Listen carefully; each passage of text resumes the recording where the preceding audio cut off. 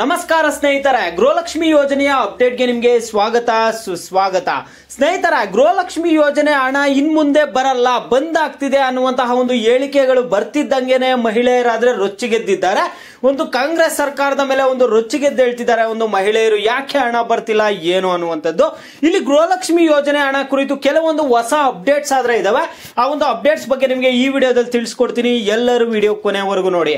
ಅದಕ್ಕೆ ಮುಂಚೆ ಯಾರ ಚಾನಲ್ ಇನ್ನೂ ಸಬ್ಸ್ಕ್ರೈಬ್ ಮಾಡ್ಕೊಂಡಿಲ್ಲ, ಈಗಲೇ ಚಾನಲ್ಗೆ ಪಟ್ ಅಂತ ಸಬ್ಸ್ಕ್ರೈಬ್ ಮಾಡ್ಕೊಳ್ಳಿ. ಮತ್ತೆ ವಿಡಿಯೋಗೊಂದು ಲೈಕ್ ಆದ್ರೆ ಕೊಡಿ.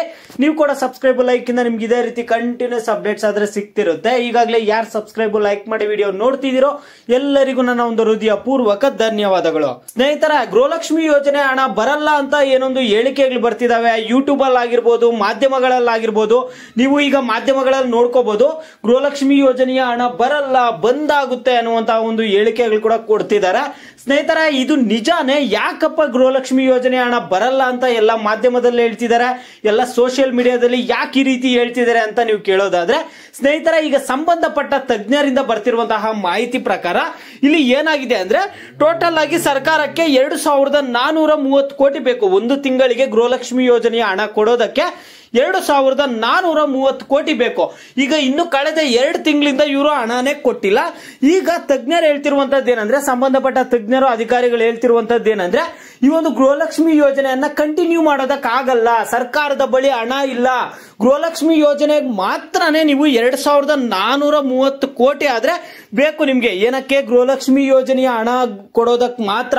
ಮತ್ತೆ ಬೇರೆ ಗ್ಯಾರಂಟಿ ಯೋಜನೆಗಳು ಏನ್ ಮಾಡ್ತೀರಾ, ರಾಜ್ಯದ ಅಭಿವೃದ್ಧಿ ಯಾವ ರೀತಿ ಮಾಡ್ತೀರಾ, ಈ ರೀತಿಯಾಗಿ ಒಂದು ಕೆಲವೊಂದು ಹೇಳಿಕೆಗಳಾದ್ರೆ ಬರ್ತಿದಾವೆ. ಸ್ನೇಹಿತರೆ, ಇದು ನಿಜಾನೇ? ಪ್ರಾಕ್ಟಿಕಲ್ ಆಗಿ ಥಿಂಕ್ ಮಾಡಿದ್ರೆ ಇಷ್ಟು ದಿನ ಏನೋ ಕೊಟ್ರು, ಸರ್ಕಾರದ ಬಳಿ ಹಣ ಇತ್ತು, ಹಣ ಆದ್ರೆ ಕೊಟ್ರು, ನಿಮ್ಗೆಲ್ಲರಿಗೂ ಜಮಾ ಆಯ್ತು. ಇನ್ನು ಮುಂದೆ ಗೃಹಲಕ್ಷ್ಮಿ ಯೋಜನೆಯ ಹಣ ಬರುತ್ತೆ ಅನ್ನುವಂಥದ್ದು ಬಹುತೇಕ ಡೌಟ್ ಇದೆ. ಈಗ ಇರುವಂತಹ ಪರಿಸ್ಥಿತಿ ಪ್ರಕಾರ ನಿಮ್ಗೆ ಗೃಹಲಕ್ಷ್ಮಿ ಯೋಜನೆಯ ಹಣ ಬರುತ್ತೆ ಅನ್ನುವಂಥದ್ದು ಬಹುತೇಕ ಡೌಟ್ ಅನಿಸ್ತಿದೆ. ಯಾಕಂದ್ರೆ ಸ್ನೇಹಿತರೆ, ಇಲ್ಲಿ ನಿಮ್ಗೆ ಗೊತ್ತಿದೆ, ಸರ್ಕಾರದವರು ಒಂದ್ ತಿಂಗಳಿಗೆ ಬರೀ ಗೃಹಲಕ್ಷ್ಮಿ ಯೋಜನೆ ಮಾತ್ರ 2430 ಕೋಟಿ ರೆಡಿ ಮಾಡಬೇಕು. ಎಲ್ಲಿ ರೆಡಿ ಮಾಡ್ತಾರೆ ಹೇಳಿ? ಅಷ್ಟು ದುಡ್ಡು ಎಲ್ಲಿ ರೆಡಿ ಮಾಡ್ತಾರೆ? ಅದರಿಂದ ಈಗ ವಿಪಕ್ಷ ನಾಯಕರಾಗಿರ್ಬೋದು, ಮಾಧ್ಯಮದವರಾಗಿರ್ಬೋದು, ಎಲ್ಲರೂ ಹೇಳ್ತಿರುವಂತದ್ದು ಏನಂದ್ರೆ, ಗ್ಯಾರಂಟಿ ಯೋಜನೆಗಳನ್ನ ಘೋಷಿಸುವ ಮುಂಚೆನೆ ಇವೆಲ್ಲ ಯೋಚನೆ ಮಾಡ್ಬೇಕಿತ್ತು. ಮಹಿಳೆಯರಿಗೆ ನೀವೀಗ ಆಸೆ ಹುಟ್ಟಿಸ್ಬಿಟ್ಟು ಈಗ ನೀವು ಇಲ್ಲಿ ಹಣ ಕೊಡ್ತಿಲ್ಲ ಅಂದ್ರೆ ಇದು ಯಾವ ರೀತಿ ನ್ಯಾಯ? ಮಹಿಳೆಯರು ಎಷ್ಟೋ ಜನ ಪಾಪ ಮಾತ್ರೆಗಳಿಗೆ ಎಲ್ಲ ಒಂದು ಅವ್ರ ಚಿಕಿತ್ಸೆ ತಗೊಳಕ್ಕೆ ಈ ರೀತಿಯಾಗಿ ಗೃಹಲಕ್ಷ್ಮಿ ಯೋಜನೆಯ ಹಣ ಎಲ್ಲ ಯೂಸ್ ಮಾಡ್ತಿದ್ದಾರೆ.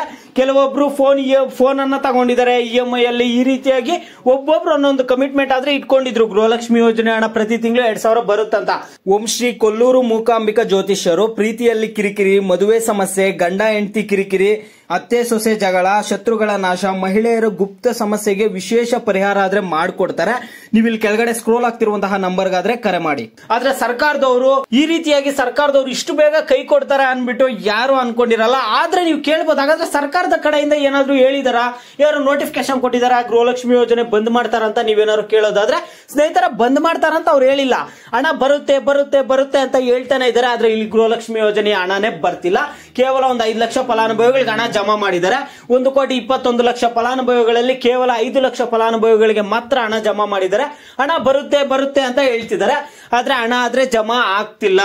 ಸ್ನೇಹಿತರೆ, ಈಗ ಏನು ಮಾಡಕ್ಕಾಗಲ್ಲ, ವೇಟ್ ಮಾಡ್ಬೇಕಷ್ಟೇ. ಹಣ ಬಂದ್ರೆ ಒಳ್ಳೇದು, ಬರ್ಲಿಲ್ಲ ಅಂದ್ರೆ ಏನ್ ಮಾಡೋದು ಹೇಳಿ? ಯಾಕಂದ್ರೆ ಕೆಲವರಾದ್ರೆ ಮಹಿಳೆಯರು ಪ್ರತಿಭಟನೆ ಮಾಡೋಣ ಅಂತ ಕೂಡ ಹೇಳ್ತಿದ್ದಾರೆ. ನೋಡೋಣ ಮುಂದಿನ ದಿನಗಳಲ್ಲಿ ಏನಾಗುತ್ತಂತ.